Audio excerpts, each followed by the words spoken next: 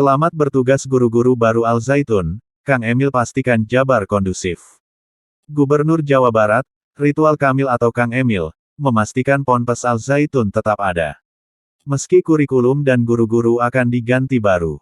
Pernyataan Kang Emil atas keberlangsungan Ponpes Al Zaitun, pasca pimpinan Al Zaitun ditetapkan tersangka dan dijebloskan ke rutan Bareskrim Polri.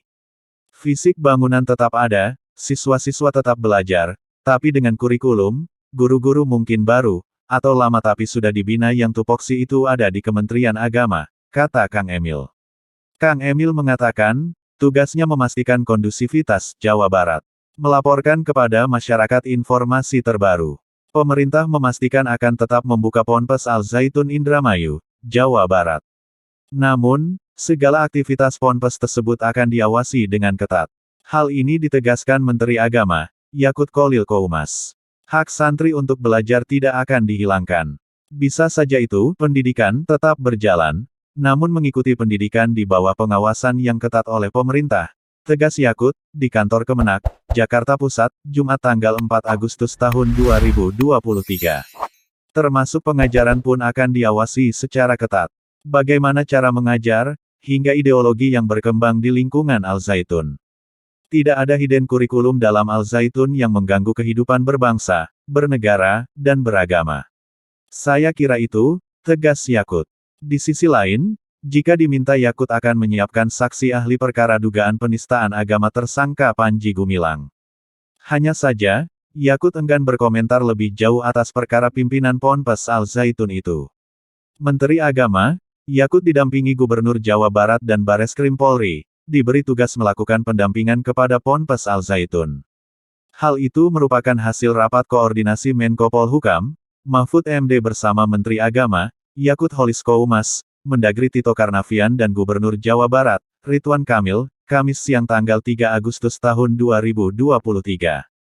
Menugaskan Menteri Agama, didampingi oleh Gubernur Jawa Barat dan Bareskrim Polri, untuk melakukan pendampingan kepada Pondok Pesantren Al Zaitun, agar pendidikan kepesantrenan yang berjalan sehari-hari, sampai saat ini itu dijamin keberlangsungannya, kata Mahfud. Kementerian Agama berserta tim, kata Mahfud, diberi wewenang untuk melakukan asesmen terhadap penyelenggaraan pendidikan maupun tenaga-tenaga pendidik Ponpes Al Zaitun. Asesmen untuk menyelenggarakan pendidikan Pondok Pesantren Al Zaitun, sesuai dengan peraturan perundang-undangan. Termasuk di sini ada Bareskrim, memberi jaminan keamanan terhadap siapapun yang akan melakukan proses hukum dan pemeriksaan terhadap lingkungan pesantren, jelas Mahfud. Mahfud mengimbau, warga pesantren tidak panik. Hak-haknya diberikan sepenuhnya dan dilindungi. Kalau ada sesuatu yang menyimpang dari perlindungan atas hak konstitusional ini, supaya disuarakan, sehingga kami yang di Jakarta bisa mendengar apa itu benar apa tidak, kata Mahfud. Pasca penetapan Panji Gumilang sebagai tersangka penistaan agama, dan telah dijebloskan ke rutin Bareskrim Polri, bagi-bagi job Al Zaitun, mulai dilakukan. Bagi-bagi tugas mengurus pendidikan Al Zaitun ini, sudah diakui Mahfud MD, sebelum penetapan Panji Gumilang sebagai tersangka.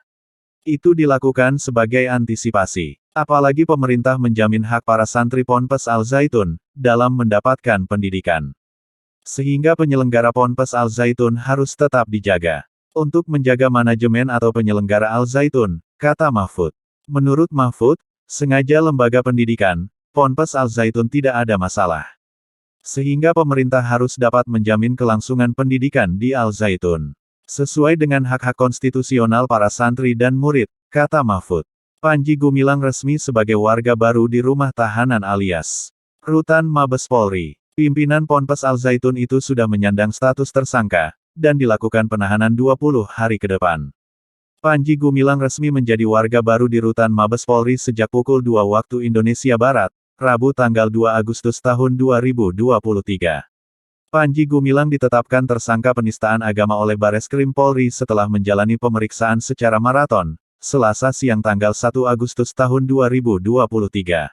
Dengan naiknya status Panji Gumilang dari saksi menjadi tersangka ini, maka dia dalam waktu dekat akan diperiksa lanjutan dalam status sebagai tersangka.